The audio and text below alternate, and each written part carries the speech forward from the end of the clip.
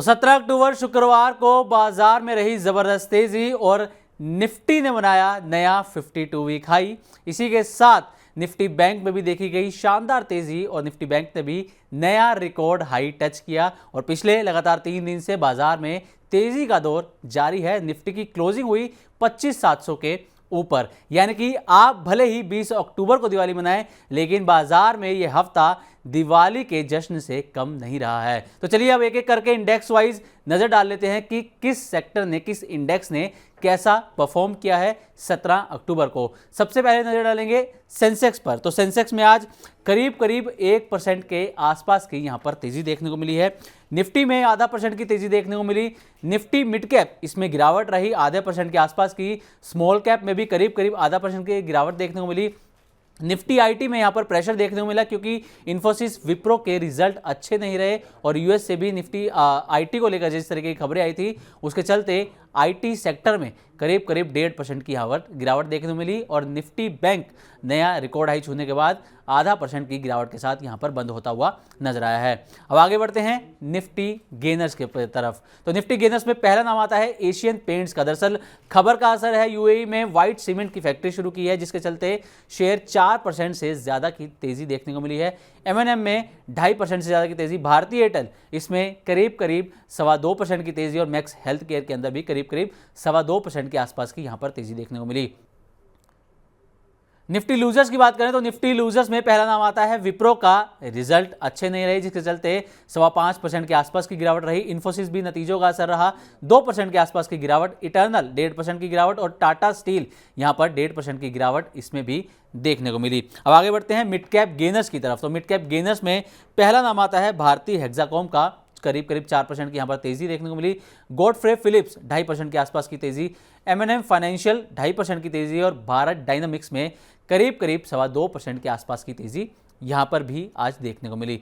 Mid cap losers की अगर बात करें तो मिड कैप लूजर्स में पहला नाम आता है स्विगी का। करीब 3.5% के आसपास की गिरावट यहां पर रही। येस बैंक करीब 3.5% की गिरावट। एम्फेसिस 3.25% के आसपास की गिरावट यहां पर रही और वारी एनर्जीज 2.5% के आसपास की गिरावट इसमें भी देखने को मिली।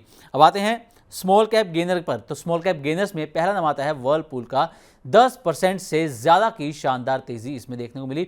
डिलीवरी करीब 4.25% के आसपास की तेजी यहां पर रही। रेडिको खैतान में करीब 4% की तेजी और लॉरस लैब करीब 3.25% की तेजी यहां पर भी देखने को मिली।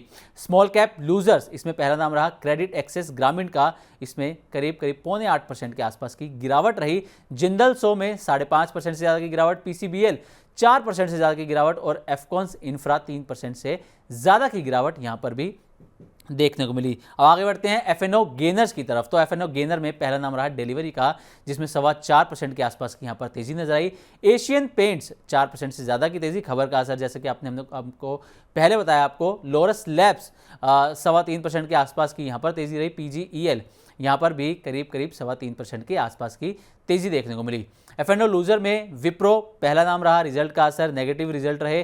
5% के आसपास की गिरावट इसमें रही। येस बैंक में 3.5% के आसपास की गिरावट। एम्फेसिस 3.25% के आसपास की गिरावट इसमें रही और नुवामा 3% के आसपास की गिरावट यहां पर भी देखने को मिली। अब आगे बढ़ते हैं खबरों वाले शेयरों की तरफ। तो इसमें पहला नाम है ओला इलेक्ट्रिक।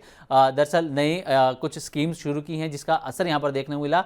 2.5% से ज़्यादा की यहां पर इसमें तेज़ी देखने को मिली और पिछले 3 दिन से लगातार तेज़ी भी इसमें जारी है।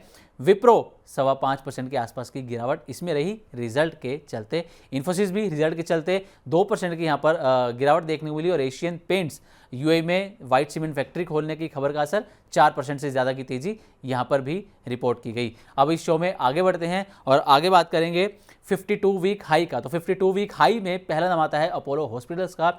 एथर एनर्जी और बजाज कंज्यूमर ये 52 वीक हाई इन्होंने आज नया टच किया। अब 52 वीक लो पर नजर डाल लेते हैं। तो 52 वीक लो में पहला नाम आता है 5 पैसा का और अमंता हेल्थ केयर। ये दो रहे 52 वीक लो जिन्होंने लेवल आज टच किया। अब बात करते हैं कल की स्ट्रेटजी की। यहां पर कल से मतलब आपका मंडे की स्ट्रेटजी से है। तो आशीष बहेती के अनुसार निफ्टी को खरीदने की सलाह दी गई है और आपके लिए स्टॉप लॉस 25,550 का यहां पर एक दिया गया है और टारगेट 25,950 का आशीष बहेती की तरफ से यहां पर बताया गया है। बैंक निफ्टी अगर इसकी बात करें तो बैंक निफ्टी में भी खरीदने की सलाह रहेगी। स्टॉप लॉस आपके लिए 57,500 का रहेगा और टारगेट 58,200 का यहाँ पर आशीष बहेती की तरफ से बताया गया है। अब नज़र डालते हैं अहम इवेंट्स पर। तो अहम इवेंट्स में 18 अक्टूबर को भारत में धनतेरस का त्यौहार मनाया जाएगा। 21-22 अक्टूबर को दिवाली के मौके पर बाजार बंद रहेंगे। हालांकि दिवाली 20 तारीख की है, लेकिन बाजार जो हैं वो 21 और 22 को बंद रहेंगे। 20 तारीख को दिवाली वाले दिन मार्केट खुले रहेंगे और 21 अक्टूबर को ही दोपहर 1:45 बजे से लेकर 2:45 बजे तक मुहूर्त ट्रेडिंग होगी। इसमें करीब करीब 1 घंटा ये मुहूर्त ट्रेडिंग बाजार में चलने वाली है।